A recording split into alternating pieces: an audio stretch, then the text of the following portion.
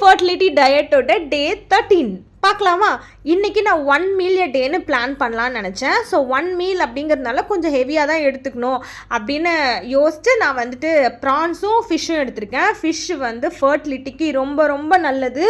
நீங்கள் வந்து இதில் ஒமேகாலாம் இருக்கிறதுனால நம்மளோட ஃபர்டிலிட்டி டைமுக்கு ரொம்ப ஹெல்ப் பண்ணும். லைக் அந்த எக் க்ரோத்துக்கெலாம் பயங்கரமாக ஹெல்ப் பண்ணும்.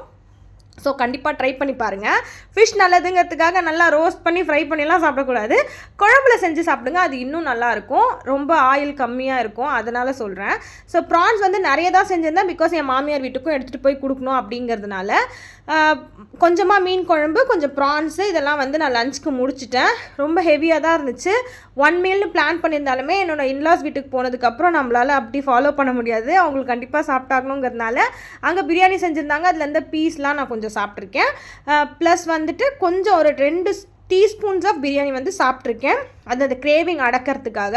பட் நிறைய பீஸ் சாப்பிட்டுட்டா நமக்கு வந்து அந்த கிரேவிங் பெருசாக இருக்காது. ஸோ அதனால் அப்படி தான் இன்றைக்கி டே வந்து எனக்கு கம்ப்ளீட் ஆச்சு.